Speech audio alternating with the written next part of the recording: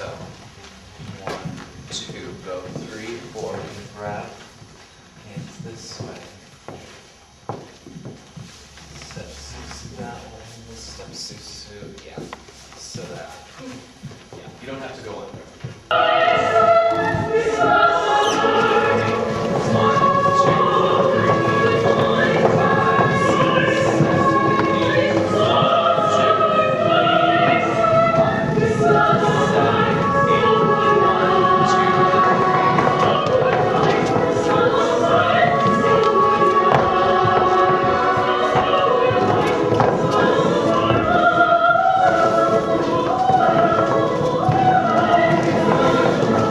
Midsummer Night's Dream is different from other full lengths, I think, because I think it speaks to children more. It's much more magical. I think what I love about it, and this is something I'm trying to do in my own choreography, is you've got these two worlds combined together, the human world and then the magical fairy world kind of bonded together. And, you know, I think that's something, you know, not just also for adults, but for children to like have that kind of aspect, even when they're performing it. I remember when I was performing it as a child, I loved the fact that I was dancing around, you know, the humans and the lovers and they couldn't see me. And I think that's something as a child you always want to do, is kind of be invisible and kind of be, you know, a spectator on all this commotion in the human world. She doesn't know you're there. She can't see you. Well, actually, yes, she can see them in class.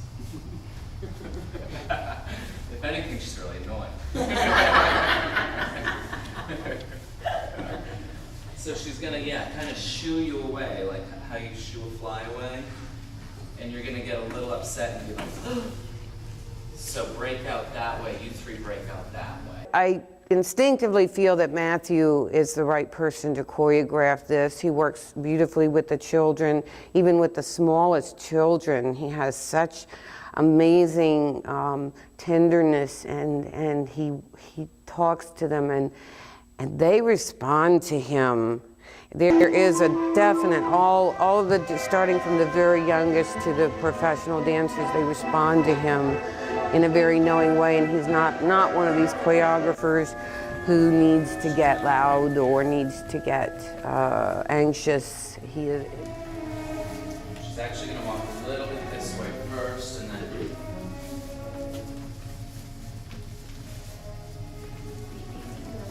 Some people get lifted up, and they like fly in the air, like it kind of is flying in the air. 2, 3, 4, 5, 6, 7,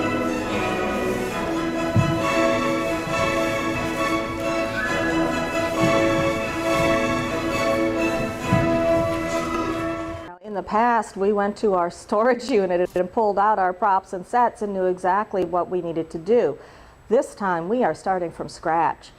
The Dance Advance Grant was critical for making this production possible. For a regional ballet company to have an original work, which is a world premiere like Midsummer Night's Dream, done for us, it involves a lot of cost. In addition to the fees for his choreography, of course you have lighting, you pay a lighting designer, sets are being designed in New York by a very famous set designer, Joe Winarski. So there's a lot of wardrobe components, Ginger Woodbury's designing costuming, so all these components have to be brought together, and of course the expense can be enormous. We have the wonderful people at the Mitchell Performing Arts Center who are helping us with props and the layout of the stage, and everybody is working with Matthew Neenan and our artistic director, Marilyn Budzynski, to pull this all together. I think going for easy. Well, we'll see. I had to sit down then with Marilyn, the artistic director, and with Matthew, the choreographer, and first of all, meet with them and try to find out what was their vision for the costumes. And then I go from there. Then I come up with some sketches. Hey, from there, they look at the sketches. Sometimes they're changed, sometimes they accept them. They're all done in pencil, so as we're talking, we can redo them. And some of these we found things that were very similar that we could purchase, so that saved us some time.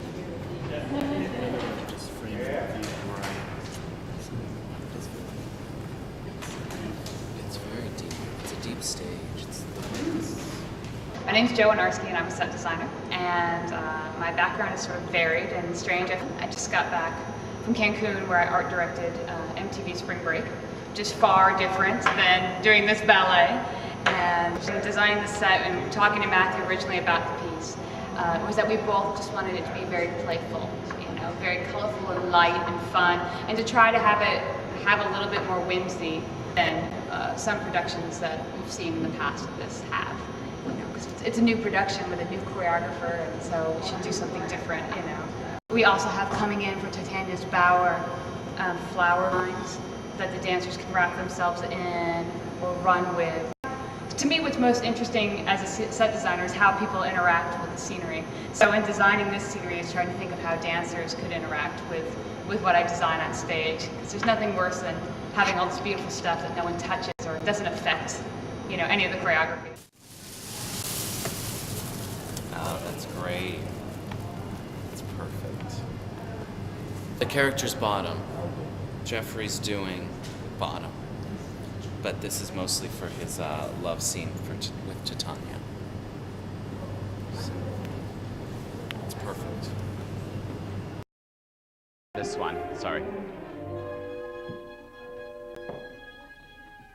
So, Handmaidens now.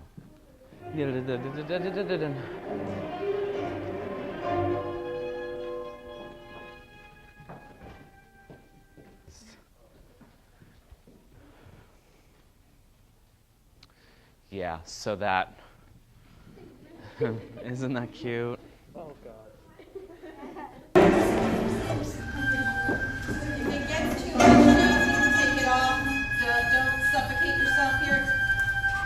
Yeah, Jeffrey. I'm Jeff Sykes and I'm playing bottom.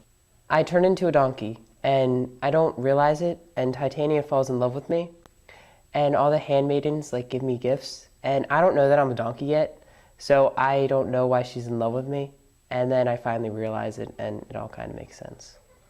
I think it's really cool. I think it's really cool that like I'm working with a big director and the studio, and that I got this part and stuff. And yeah.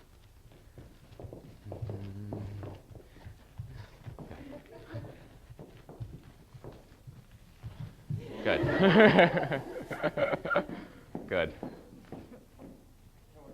He's so nice and down to earth, and he just makes everyone feel special and unique, and like everyone has something to offer to the show. Let's do that. Yeah. No. So where are we now? 6, 7, 8. Wake up back there. You know what? Don't do the kneel. You just switch. You just bring it around. Wait, we missed Corey and Taylor. And just be kind of like giggling, like. And yeah, Jeffrey, when you fall, just really fall. Try not to push you too hard. Actually, hold on, Nicole. It all sounds the same. 7, 8. Clear? Is that clear, ladies? Is that clear? Is that clear, Nicole?